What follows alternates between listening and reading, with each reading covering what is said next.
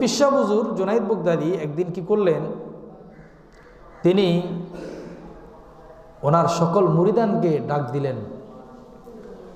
মুরিদানরা যখন আসছেন সবাইকে বললেন যে আগামীকাল আসার সময় তোমরা আসার সময় একজনে একটা একটা মুরগি নিয়ে আসবে আর একটা একটা ছুরি নিয়ে আসবে। হাজার হাজার মুরিদান সবাই একটা একটা মুরগি একটা একটা ছুরি নিয়ে আসছে। জুনাইদ বাগদাদী রহমতুল্লাহ আলাইহি বলল, তোমরা এই মুরগিটাকে জবাই করে নিয়ে আসো। জবাই এমন জায়গায় করবা যেন কেউ না দেখে। সুবহানাল্লাহ। জবাইটা এমন জায়গায় করবেন যেন কেউ না দেখে। সত্য হলো এটাই।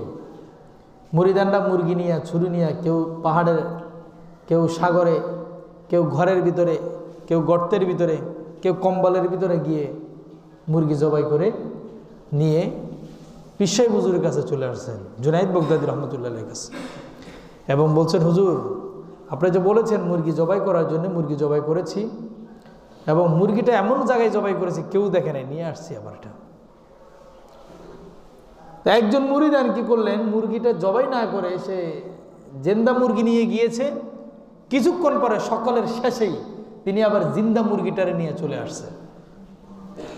তো হুজুর বলছে যে সবাই মুরগি নিয়ে গিয়েছিল, জবাই করেছে, কেউ দেখে নাই, তো আপনি যে মুরগি নিয়ে গিয়েছেন আবার মুরগি নিয়ে চলে আসছেন, জবাই করলেন না কেন?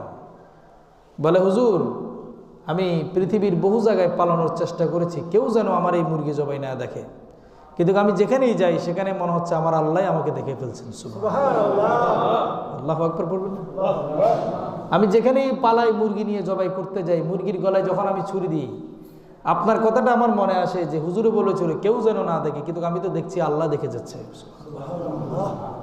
তো জুনাইদ বাগদাদী রহমতুল্লাহ আলাইহি তার মুরিদানদেরকে বলতেছে, তোমরা সবাই আল্লাহর বান্দা, আল্লাহর বান্দাই রয়ে গেলে, আর এই বান্দাটা বান্দা থেকে বন্ধু হয়ে গিয়েছে।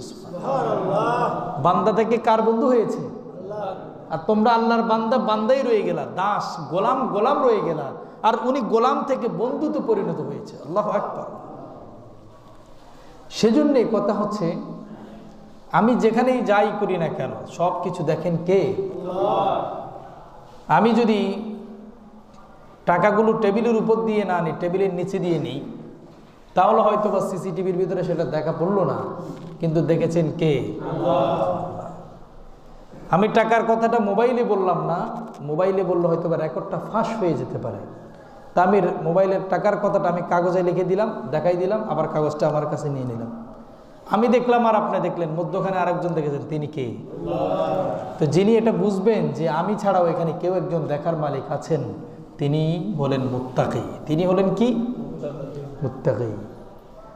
তিনি আল্লাহকে ভয় করেন, এটা হলো ওনার তাকওয়া। তিনি যখন আল্লাহকে ভয় করে সকল কাজ করেন, এজন্য তিনি হয়ে গেলেন মুত্তাকি। সুবহানাল্লাহি ওয়া বিহামদিহি।